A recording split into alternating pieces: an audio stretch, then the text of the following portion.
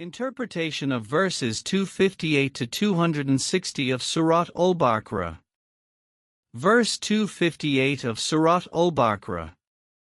Have you not considered the one who argued with Abraham about his Lord, merely because Allah had given him kingship? When Abraham said, "My Lord is the one who gives life, and causes death," he said, "I give life and cause death." Abraham said, "Indeed, Allah brings up the sun from the east, so bring it up from the west." So the disbeliever was overwhelmed by astonishment, and Allah does not guide the wrongdoing people. Interpretation of verses 258 to 260 of Surat al-Baqarah. Verse 258 of Surat al-Baqarah. The first story. God Almighty tells His Messenger, peace and blessings be upon him, through revelation in the Holy Quran, 3 stories that demonstrate God's power. The overall purpose of these stories is to reassure and assist the Messenger, peace and blessings be upon him, in his message, to inform people of God Almighty and His power, to encourage the faith of those in whose hearts there is light, to strengthen the believer in God Almighty in their faith, or to learn from them what will bring them closer to God's pleasure and paradise. The 3 stories demonstrate God Almighty's power. The first story begins with, "Have you not seen?" God Almighty says to the Messenger, peace and blessings be upon him, "Have you not seen?"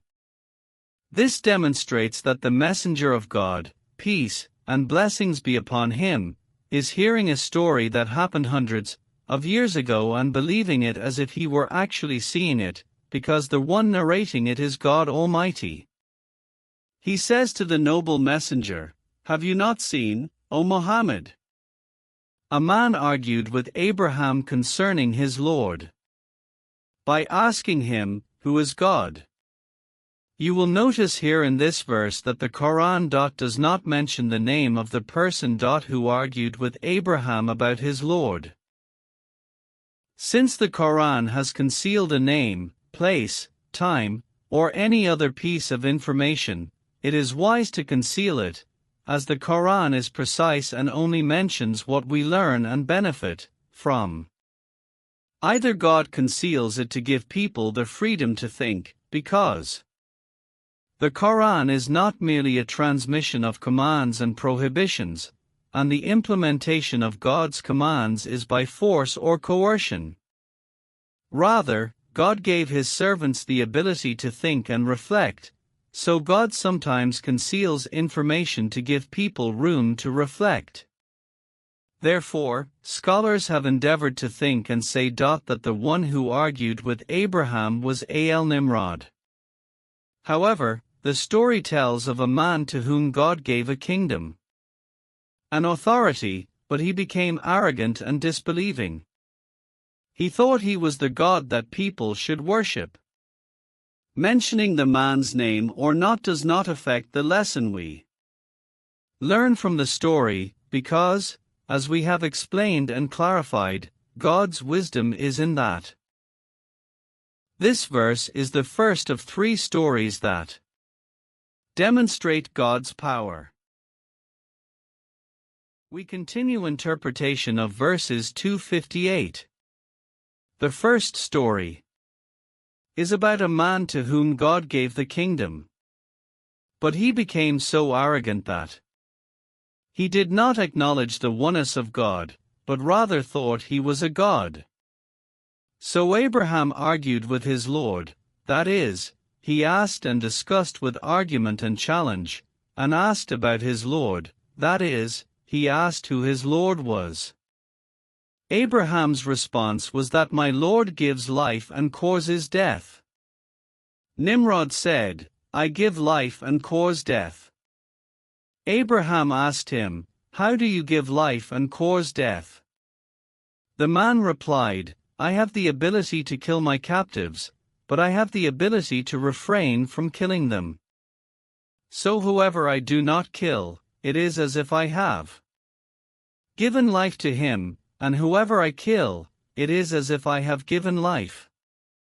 Abraham could have responded and told him, but you cannot restore his soul. Because Nimrod's thinking was superficial and weak, Abraham moved on to another reason to curb his thinking and prevent him from responding. But before I move on to the other reason in the verse, we must know that the following verse is a story that explains to us that God gives life and causes death. It is from God's wisdom that He inspired Abraham not to prolong this argument, because the answer to God's ability to revive the dead will come in the next two verses in detail and precision, because the Quran is precise and brings everything in its proper time. Then our master Abraham moved to another reason that curbed his thinking, so he could not respond, and the argument ended.